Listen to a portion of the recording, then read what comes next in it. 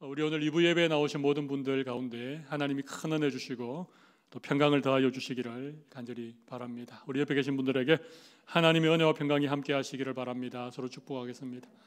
하나님의 은혜와 평강이 함께 하시기를 바랍니다. 지난 한 주간 다들 평안하셨지요? 아마 험한 세상 사는 동안 또 이리저리 마음의 염려와 걱정도 있었을 것이고, 때로는 믿음으로 잘 승리하고 극복하셨지만 또 때로는 믿음이 연약해져서 실수하고 넘어졌을 때도 있었으리라고 생각합니다. 주일날 예배를 통해서 우리에게 주시는 하나님의 말씀은 적어도 일주일 동안에는 좀 기억하고 그 말씀 붙들고 살아가시면 참 좋겠습니다. 미서바로 돌아가자. 기억나십니까? 블레셋을 극복하자. 에베네셀을 기억하자. 네, 맞습니다. 우리가 회복을 위해서 미서바로 늘 돌아갈 수 있는, 그리고 이 블레셋은 믿음으로 극복할 수 있는, 그리고 우리에게 어떤 승리가 주어졌을 때에는 여기까지 우리를 도우셨다, 에베네셀을 기억하고 고백할 수 있는 우리 성도들이 되면 좋겠습니다. 그러면 우리의 삶 가운데 하나님께서 계속 함께 하시고 승리를 주시리라고 생각합니다. 여러분, 우리는 자주 넘어집니다. 인간은 완벽하지 않습니다. 한 번도 실수하지 않은 사람이 있을까요? 없습니다. 누구든지 실수도 하고 실패도 하고 원하든 원치 않든 죄를 짓기도 하고 잘못을 하기도 합니다. 근데 문제는 실수를 통하여 교훈을 배워야 됩니다. 그죠?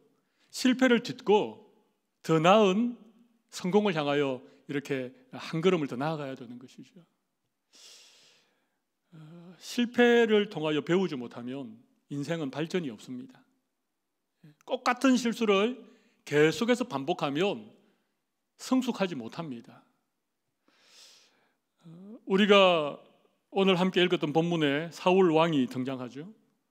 사울 왕은 이스라엘이라고 하는 나라의 최초의 왕이었습니다. 아무랬던 사사시대를 끝내고 찬란한 왕정시대를 열었던 첫 번째 왕이 사울이었습니다. 수많은 이스라엘 백성들 가운데 선택받은 사람이었습니다. 그런데 이 사울 왕이 오늘 본문을 보면 좀 안타까운 모습들을 우리에게 보여줍니다. 사울 왕이 실수한 그런 얘기가 나옵니다. 잘못을 저지르고만 어쩔 수 없는 상황 가운데 좀 신앙적인 선택이 아닌 불신앙적인 그런 모습들을 보여주는 내용이 오늘 본문에 나옵니다. 누구라도 그럴 수 있지 않겠습니까? 그런데 이런 실패의 자리에서 사울 왕이 변명을 하고 핑계를 대기보다는 솔직하게 자기의 잘못을 인정하고 다시는 그런 실수를 반복하지 않으려고 하는 이런 모습이었다면 얼마나 좋았을까? 좀 안타까운 마음으로 오늘 본문을 우리가 함께 읽었습니다. 그래서 오늘 저는 우리가 다 완벽하지 못하기 때문에, 우리도 자주 실수하고 죄도 짓고 잘못도 하기 때문에 우리가 정말 실수한 그 자리에서 내가 하나님 앞에 범죄한 그 순간 우리가 좀 어떻게 해야 될 것인가, 이런 관점에서 오늘 본문을 좀 함께 나누었으면 합니다. 아마 오늘 말씀도 우리의 삶에 좀 구체적인 교훈이 되는 그런 말씀이라고 저는 생각을 합니다. 오늘 본문의 상황은 이렇습니다. 사울이 왕이 된 지 2년째가 되었습니다. 사울이 왕으로 이렇게 세워진 결정적인 계기는 그 전쟁을 통해서였습니다. 우리가 잘 아는 그 암몬이라고 하는 족속과 암몬 왕 나하스와의 전쟁에서 사울 왕이 이렇게 앞서서 백성들을 이끌고 싸워 승리를 하게 되었습니다. 그래서 사울 왕이 정말 이스라엘의 왕이 되었습니다. 그리고 2년째가 되었습니다. 사울 왕은 군대를 모집하고 블레셋이라고 하는 나라와 전쟁을 일으키게 되죠. 하나님의 뜻을 구했는지 사울 왕이 스스로 판단한 것인지는 정확하게 기록되어 있지 않습니다. 근데 문제는 이스라엘이 블레셋과 전쟁을 하는데 블레셋의 군대가 정말 대단하다는 것입니다. 이스라엘과 전쟁을 하기 위해서 블레셋 군대가 이스라엘 전역으로 이렇게 진군해 오는데 마병은 기마병을 말하죠. 마병이 6천 명입니다. 병거가 3만 대입니다. 여러분, 병거는 말이 끄는 전차를 말합니다. 그 병거가 3만이고 말을 탄 기병대가 6천 명입니다. 군사의 수는 오늘 본문에 보면 해변의 모래같이 많았습니다. 이루 숫자를 헤아리지 못할 정도로 엄청난 규모의 군대가 지금 이스라엘 진영으로 계속해서 진격해오고 있습니다. 이 수많은 군대를 바라보고 이스라엘 군대가 마음이 쫄아들었습니다. 그래서 막 마음이 절박해서 굴에도 숨고 수풀에도 숨고 바위 틈에도 숨고 웅덩이를 파고 그 속에 몸을 숨기기도 하고, 심지어 어떤 군사들은요 요단강을 건너서 도망했습니다. 탈영병들이 막 생겨나기 시작한 것입니다. 그리고 사울은 아직 길갈에 진을 치고 있었는데 그와 함께 있던 백성들의 마음이 다 두려워서 떨리고 있는 이런 상황입니다. 그리고 오늘 본문 8절이 시작되어집니다. 이렇게 급박한 상황인데 사무엘과 사울 사이에 아주 중요한 약속이 있었습니다. 그건 뭔가 하면 7일을 기다리라는 것입니다. 정한 기한대로 1회 동안을 기다려라. 이게 하나님께서 사무엘을 통하여 사울 왕에게 하셨던 명령입니다. 이해가 잘 되지 않죠? 지금 급박한 상황이지 않습니까? 지금 군대가 진을 치고 점점 거리를 좁혀 진격을 하고 있는 이런 상황인데 지금 백성들이, 군사들이 막 탈주병도 생기고 지금 두려워 떨고 있는 상황인데 그 상황에서 7일을 기다린다. 여러분, 이게 이해가 되십니까?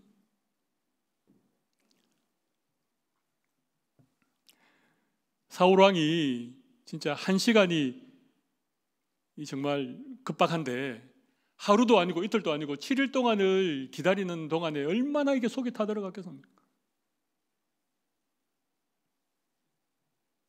그런데 하나님이 정한 기한대로 7일을 기다려라 그렇게 말씀하십니다. 근데 어떻게 되었습니까? 7일을 기다렸는데 7일째가 되어도 사무엘이 나타나지 않는 것입니다. 그래서 아마 오후쯤 되었는지 모르겠습니다. 오전 내내 기다렸는데 7일째 되는 날에도 사무엘이 오지 않으니까 이 사울이 너무 급박한 마음에 번제와 화목제물을 가져오라고 해서 자기가 그냥 제사를 드려버렸습니다. 근데 제사를 딱 끝내고 나니까, 여러분, 제사는 시간이 꽤 걸립니다. 제물을 잡고 그걸 불태우고 이렇게 드리기 때문에 제사를 다 끝내고 난 그 순간에 사무엘이 등장한 것입니다. 너무 기막힌 타이밍이죠. 그러면서 사무엘이 사울 왕에게 묻습니다. 왕이여, 당신이 행한 일이 무엇입니까? 이건 사울 왕이 제사를 직접 드린 것에 대해서 분명히 책망하는 투로 그렇게 물은 것입니다. 지금 왕이 행한 일이 뭡니까? 이럴 때 참 중요하지 않겠습니까? 이럴 때 사울이 제가 급한 마음에 제사를 드렸습니다. 제가 정말 하지 말아야 될 일을 했습니다. 제가 실수했습니다. 제가 잘못했습니다. 이 말 한마디면 뭐 그리 문제가 되겠습니까? 우리 모두 상황을 충분히 이해할 만하지 않습니까? 근데 사울은 그렇게 말하지 않았습니다. 당신은 정한 기간 내에 오지 않고 백성은 흩어지고 블레셋 군대는 점점 길갈을 향하여 진격해 오는데 어쩌란 말입니까? 그래서 부득이하게, 여러분 11절에 보면, 12절에 보면 부득이하여 번제를 드렸습니다. 부득이하다는 얘기가 나오죠. 어쩔 수 없었다는 것입니다. 이건 변명을 늘어놓는 거죠, 그죠? 자기가 한 행위에 대해서 합리화하고 있는 것입니다. 이것 때문에 사울은 아주 엄청난 하나님의 징계의 말씀을 듣게 됩니다. 왕이 망령되게 행하였습니다. 여기 망령되게 행했다는 말은 어리석게 행하였다는 말입니다. 어리석게 행하였습니다. 13절에 보면 왕이 망령되게 행하였습니다. 왕의 하나님 여호와의 명령을 지키지 아니했기 때문에 하나님도 왕의 나라를 길게 하지 않을 것입니다. 만약 왕이 여호와의 명령을 지켰더라면 왕의 나라가 영원했을 것인데 하나님의 명령을 지키지 아니했기 때문에 하나님께서 왕 대신 하나님에 맞는 다른 사람을 통해서 이 나라를 세워가실 것입니다. 그렇게 얘기하고 사무엘이 길갈에서 떠나 베냐민 기브아로 떠나가 버립니다. 오늘 우리가 읽었던 본문의 이야기입니다. 저는 이 본문 속에서 좀 안타깝지만 사울을 통해서 배울 수 있는 아주 중요한 세 가지 교훈을 여러분들과 함께 나누고자 합니다. 첫 번째는 조급함에 관한 것입니다. 조급함. 사울이 마지막까지 사무엘을 기다리지 못했던 것은 조급함이 있었습니다. 여러분, 기다린다고 하는 것은요, 참 쉬운 일은 아닙니다. 그죠? 더군다나 지금 급박한 전쟁의 상황 속에서 7일 동안을 꼬박 기다리는 것은요, 참 어렵습니다. 사울이 잘 기다렸습니다. 6째까지 잘 기다렸습니다. 7일째 오전까지도 기다렸습니다. 조금만 더 기다리면 되는데 그 마지막 순간을 기다리지 못하고 제사를 드려버린 것입니다. 이게 조급함이 문제였죠. 네. 여러분, 기다린다는 게 천성적으로 우리에게 참 어렵습니다. 우리 마음에는 늘 이게 조급함이 있죠. 그죠? 어떤 일이 좀 빨리 되지 않으면 마음에 조급함이 생깁니다. 네. 특별히 한국 사람은 워낙이 빨리빨리에 익숙해져 있어가지고 이게 좀 시간이 이렇게 길어지는 것에 대해서 우리가 좀 참지 못하는 것이 있죠. 네. 저도 뉴질랜드 처음 와가지고 정말 마음이 많이 힘들었습니다. 빨리 되는 일이 하나도 없으니까. 한 5년쯤 살다 보니까 이제는 아주 익숙해졌습니다. 천천히 운전을 하는 것, 줄을 서서 기다리는 것, 네. 우편물이 오지 않아도 올 때까지 그냥 무작정 기다리는 것. 근데 지금 우리가 살아가는 시대가 이게 이제 인스턴트 시대고 컴퓨터도 이렇게 빨리빨리 이게 돌아가지 않으면 이게 버퍼링이 있으면 깝깝해하는 시대지 않습니까? 그래도 7일은 너무 긴 시간입니다. 그렇죠? 근데 왜 하나님께서 사무엘을 통하여 사울 왕에게 정한 기한 7일을 기다려라 그렇게 말씀하셨을까요? 이유가 뭐겠습니까? 전쟁은 사람의 숫자에 달려있는 것이 아니다.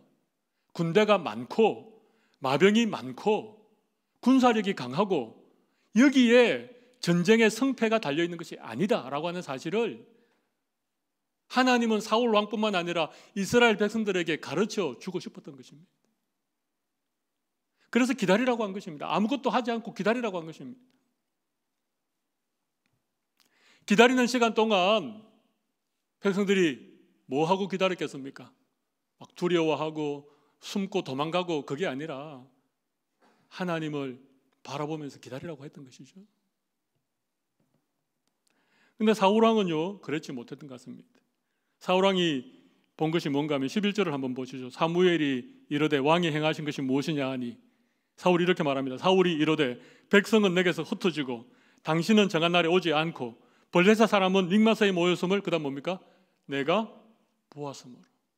지금 사울왕이 일주일 내내 보고 있었던 것은 지금 상황입니다. 상황.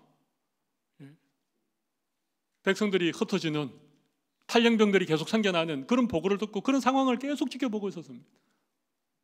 사무엘이 언제 오나 눈이 빠지게 사무엘이 오는 것만을 기다리고 있었습니다. 거기다가 서서히 진격해오는 그 블레셋의 수많은 군대들을 바라보니까 사울왕의 마음에 두려움과 조급함이 생기지 않을 수가 없죠.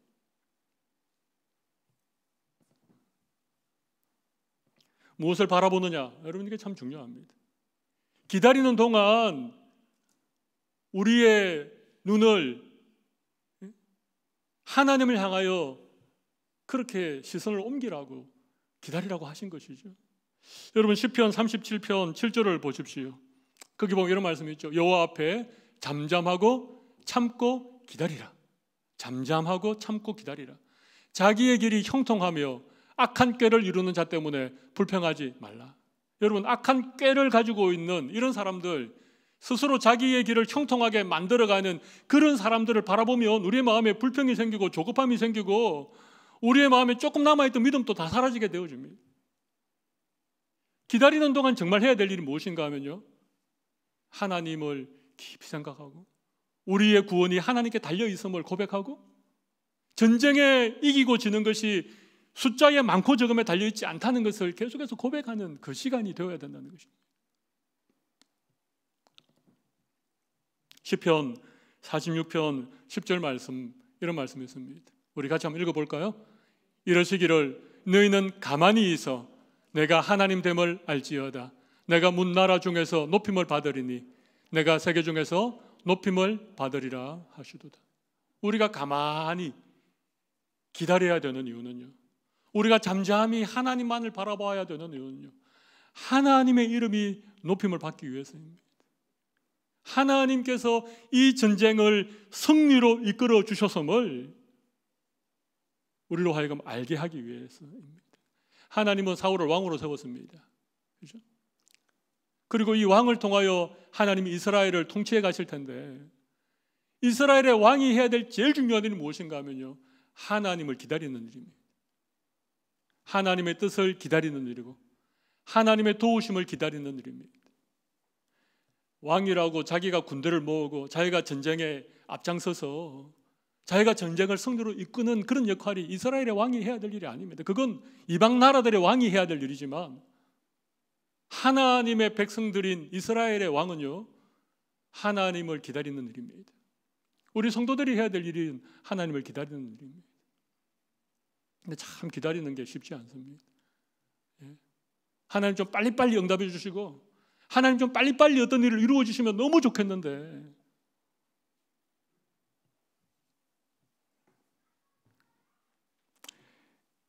저는 믿음이 기다리는 거라고 생각합니다. 모든 믿음은 기다림입니다. 우리의 인생 자체가 사실 기다리는 것 아닙니까? 기다리지 않고 이루어지는 일이 세상에 어디에 있습니까?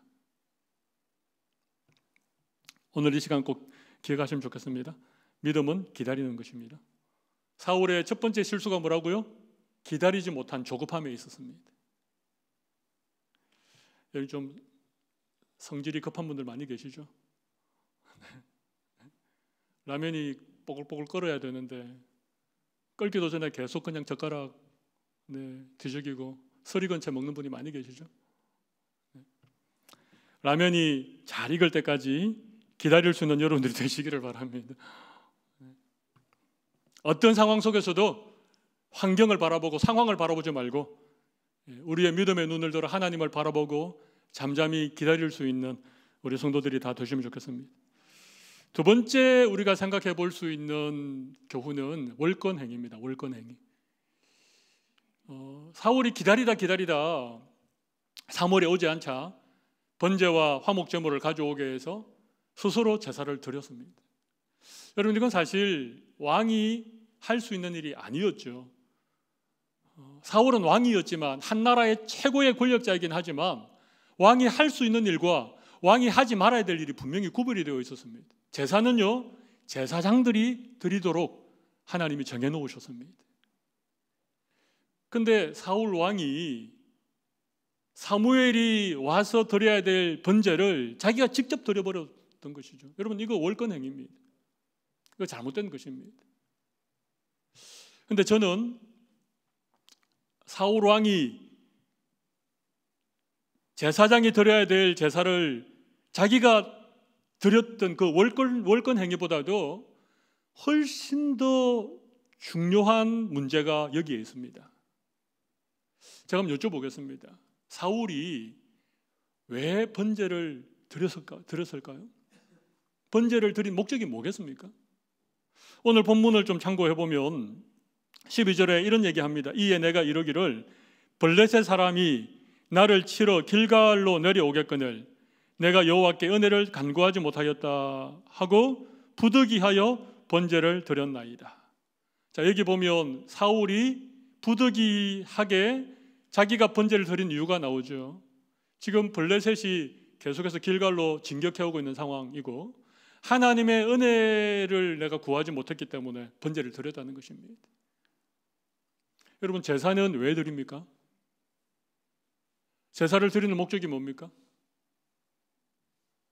그건 전적으로 하나님께 드리는 것입니다.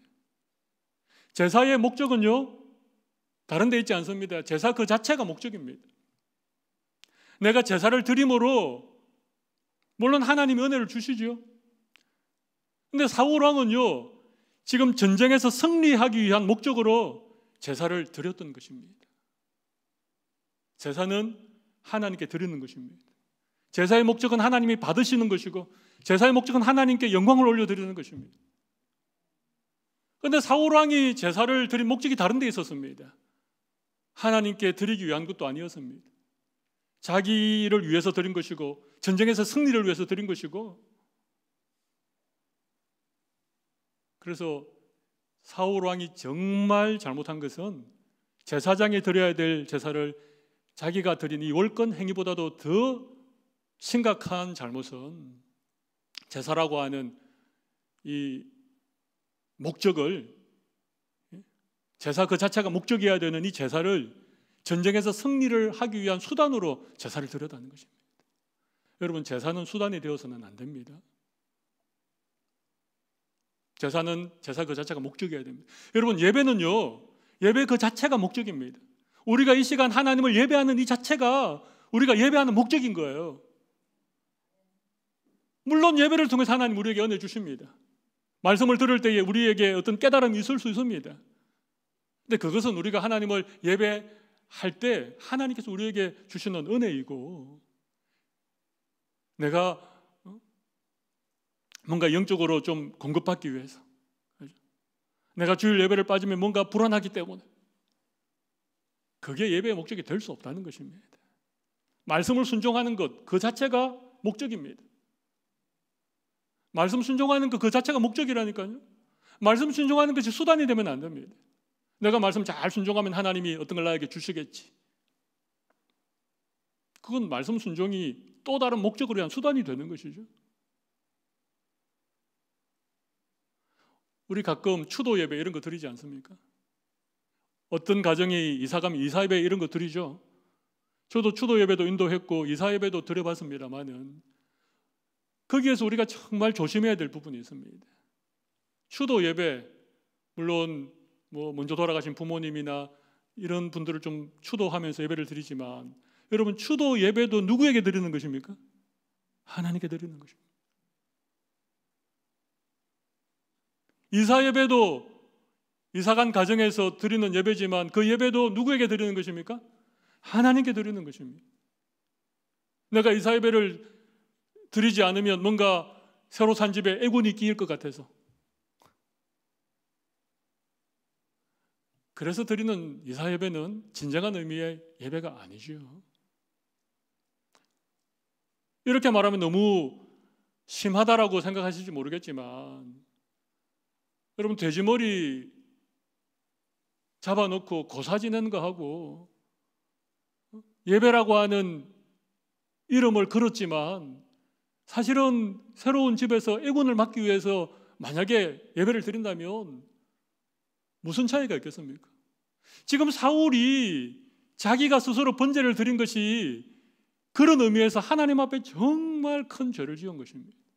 하나님이 정말 가정이 여기는 그런 제사를 하나님이 정말 싫어하는 그 제사를 사울이 드렸던 것입니다. 그래서 하나님이 사울 왕을 패하기로 작정하신 것입니다.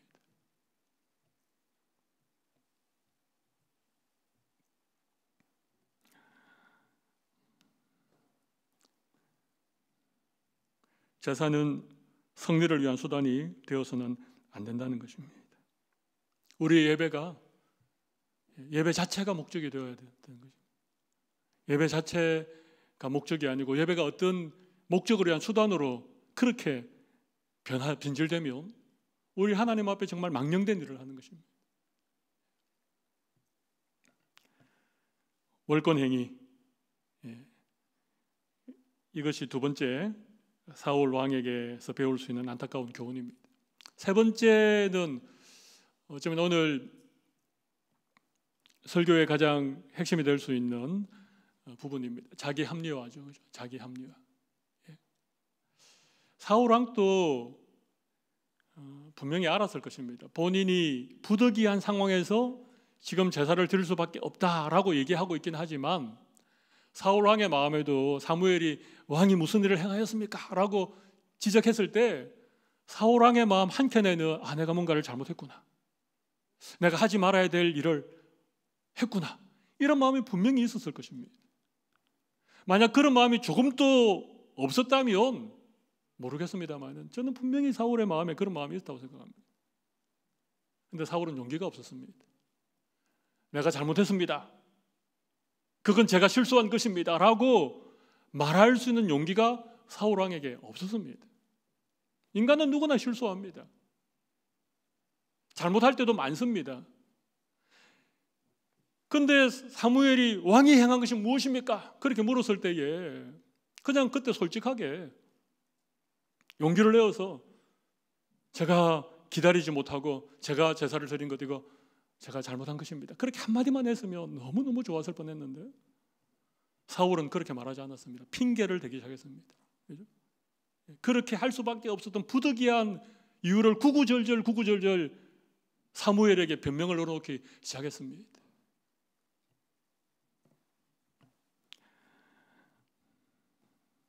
그가 왕이었기 때문에 그랬을까요? 왕으로서의 어떤 권위가 있는데, 그죠? 지금 백성들이 다 지켜보고 있는 그런 상황인데 아무리 사무엘의 대선지자고 뭐 그렇다 하더라도 왕으로서 이게 그게 있는데 사무엘 앞에 내가 잘못했습니다 말하는 게 너무 어려웠을까요? 아무튼 사울 왕은 자기의 잘못을 인정하는 대신 솔직하게 잘못했다라고 내가 죄를 지었다라고 그렇게 고백하기 하는 대신 변명과 핑계와 자기 합리화를 했습니다. 여러분, 이게 죄성입니다. 우리에게 있는 죄성입니다. 여러분, 이게 사울 왕에만 있었겠습니까? 아닙니다. 우리 모두에게 있습니다. 아담이 말이죠, 하나님이 금하신 선악을 알게 하는 나무 열매를 따먹었습니다. 하나님이 아담을 찾아와서 아담아 왜 너가 그것을 먹었느냐 그랬더니 아담이 뭐라 그랬습니까? 하나님이 내게 보내신 여자 그가 먹으라고 해서 제가 먹었습니다. 여러분, 이때부터 선악을 알게 하는 나무의 실과를 먹지 말라고 하는 그 열매를 먹는 순간, 죄가 들어온 순간부터 자기의 죄를 솔직하게 인정하는 쪽보다는 다른 사람에게 핑계를 대는 쪽으로 그렇게 한 것입니다. 하나님이 하와에게 물었습니다. 너가 왜 그것을 먹었느냐? 하와가 뭐라고 대답했습니까? 뱀이 꿰므로 제가 먹었습니다. 그렇게 대답했습니다. 아담은 하와 탓으로 돌렸고 하와는 뱀 탓으로 돌렸고, 이들 가정에서 가인이 태어나고 아벨이 태어나죠. 가인이 아벨을 쳐 죽였습니다. 하나님이 가인에게 네 동생 아벨이 어디 있느냐 그렇게 물으니까 가인이 뭐라고 그랬습니까? 제가 아우를 지키는 자니까. 여러분, 이건 어쩔 수 없습니다. 우리에게 죄성이 있기 때문에 누군가 나의 죄에 대해서 얘기하면 그걸 인정하기가 싫은 것이, 자기를 합리화하고 변명하고 핑계대고 남 탓으로 돌리고 환경 탓으로 돌리고 싶은 것이 우리의 어쩔 수 없는 죄성입니다. 근데 이것 때문에 사울이 망했습니다. 성경을 한 권 보겠습니다. 사무엘상 15장 20절부터 한번 보시겠습니다. 이 상황은 이제 그 다음에 사울왕이 아말렉이라고 하는 나라와 전쟁을 했는데, 그때 하나님이 이 아말렉과의 전쟁에서 모든 것을 다 진멸하라, 아말렉 왕 아각도 반드시 죽여라, 그렇게 명령을 했는데 그렇게 하지 않았습니다. 기름 주고 좋은 것을 다 남기고 아각 왕도 살려두었습니다. 그때 사무엘이 사울에게 또다시 왜 이렇게 하였느냐 그렇게 물어보니까 여기 보십시오. 사울이 이렇게 얘기합니다. 사울이 사무엘에게 이르되 나는 실로 여호와의 목소리를 청종하여 여호와께서 보내신 길로 가서 아말렉 왕 아각을 끌어왔고 아말렉 사람들을 진멸하여서나 다만 백성이 그 마땅히 멸할 것 중에서 가장 좋은 것으로 길갈에서 당신의 하나님 여호와께 제사하려고 양과 소를 끌어왔나이다 하는지라. 22절 우리가 잘 아는 말씀이죠. 같이 한번 읽어볼까요? 사무엘이 이르되 여호와께서 번제와 다른 제사를 그의 목소리를 청종하는 것을 좋아하심과 같이 좋아하시겠나이까. 순종이 제사보다 낫고 듣는 것이 순양의 기름보다 나으니. 여기도 또 사울이 변명하는 것입니다. 하나님께 제사 드리기 위해서 그렇게 남겼습니다.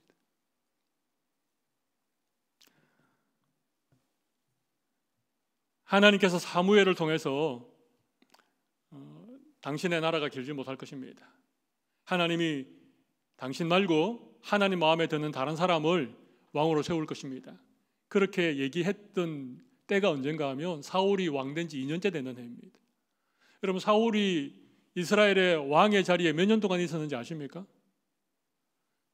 40년 동안 있었습니다. 이 말은요, 사울에게 38년이라고 하는 긴 시간들이 다시 주어진 것입니다. 근데 사울은요, 계속해서 블레셋과의 전쟁에서뿐만 아니라 아말렉과의 전쟁에서도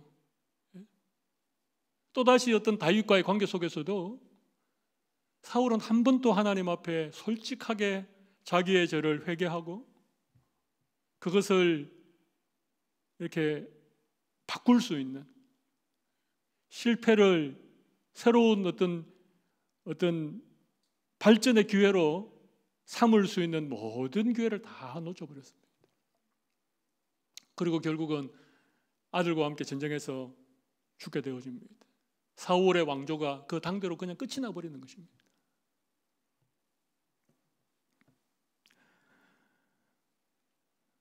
오늘 설교가 조금 무거워서 죄송합니다. 조금 무거운 주제를 다루어서 죄송합니다. 그런데 사울의 실패를 통해서 하나님 정말 우리에게 가르치기 원하는 교훈이 저는 있다고 생각합니다. 우리가 이런 말씀을 통해서 우리가 뭔가를 깨닫고 우리가 배울 수만 있다면 저는 우리의 삶 가운데 하나님께서 주실 은혜가 굉장히 많다고 생각합니다. 근데 꼭 사울처럼 꼭 같은 실수를 계속해서 반복하고 있는 것입니다. 기다리지 못하는 실수, 내가 하지 말아야 될 일을 내가 행하는 그런 실수, 나를 합리화시키고 변명하고 핑계대는 이런 실수를요, 저도 계속해서 반복하고 있는 것 같습니다. 어쩌면 오늘 예배하는 우리 성도들도 이런 실수를 범하고 있는지 모르겠습니다.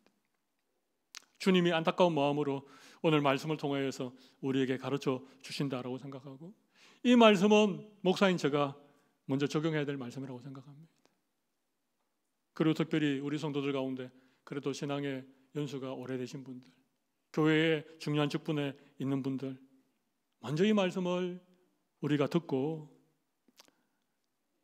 하나님 앞에 정말 진심으로 회개할 수 있는, 좀 하나님 앞에 솔직하게 나의 잘못을 좀 고백하고 인정할 수 있는 여러분들이 되시면 좋겠습니다.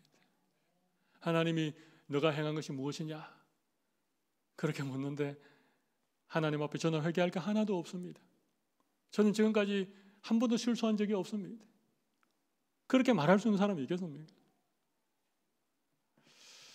우리 시간 잠시 가슴에 손을 좀 올려 보시면 좋겠습니다.